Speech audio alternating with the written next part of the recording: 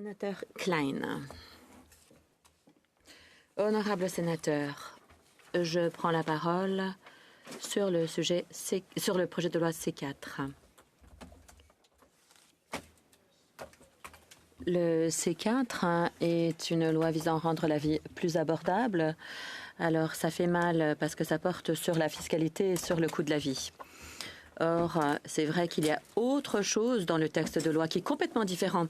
Une disposition qui exempte les partis politiques fédéraux de la loi provinciale sur la protection de la vie privée. Confirme leur exemption des mesures sur la protection de la vie, applique cette exemption de façon rétroactive et ça couvre des décennies. Et cette mesure ne faisait pas partie du programme électoral du gouvernement et n'a aucun rapport avec la question de l'abordabilité. Nous savons tous que cette disposition n'a pas fait l'objet de débats robustes du côté de la Chambre. La disposition n'a pas fait partie de discussions publiques, plutôt, et pourtant, ce sont des dispositions qui auront un effet pérenne. Les partis politiques fédéraux sont déjà exemptés de la loi sur la protection des renseignements personnels, qu'on appelle PIPEDA. Ces partis politiques ne sont pas assujettis à la loi sur la protection des renseignements personnels non plus. Et j'offre donc 2 recommandations. Et si on garde la partie 4,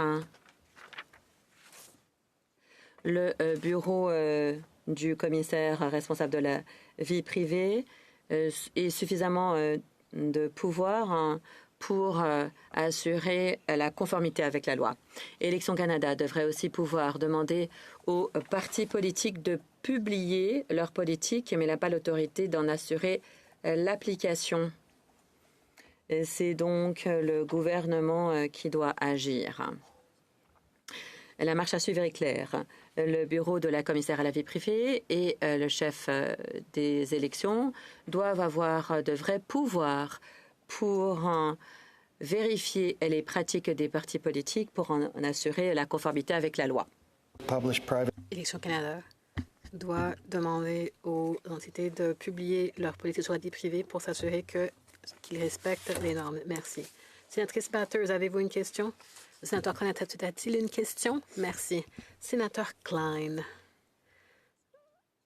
vous avez longtemps été un grand donateur au Parti libéral et vous avez aussi fait des collectes de fonds pour le député Ralph Goodale à Regina. Et votre statut de grand donneur continue. Et vous avez aussi fait le don maximal à la campagne électorale de Mark Carney. Et toute cette information est disponible sur le site d'Élections Canada aujourd'hui.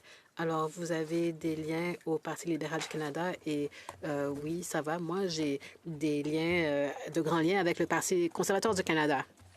Alors, étant donné votre grande participation politique, y compris avec les députés au niveau local, ne croyez-vous pas que notre Chambre non élue devrait s'en remettre à l'autre Chambre et aux élus de la Chambre des communes qui ont voté à l'unanimité pour C4 et qui ont été élus par le public canadien pour voter au nom de leurs commettants? Sénateur Klein. Eh bien, ma réponse, sénateur Klein. Oui, pourriez-vous vous lever? Oui, bien sûr. Merci. Mais pas de pirouette. Alors, maintenant, ce qui m'inquiète, c'est que mon information est publiée. Alors, peut-être qu'on devrait faire quelque chose à ce sujet dans la loi sur la vie privée. Les gens n'ont pas besoin de savoir toutes ces choses sur moi. Je ne savais pas que vous étiez donatrice auprès des conservateurs. Sénatrice Batters, bien sûr, c'est permis parce que la loi sur les élections du Canada permet de publier ces données. Tout don au-dessus de 100 $ doivent être recensés pour divulgation publique. C'est pour que le public soit informé. Donc, cela respecte la loi que l'information soit publique et disponible. Sénateur Klein, réponse? Réponse à la question? Je vais peut-être commencer à donner 200 $ par mois et voir si je pourrais être moins visible.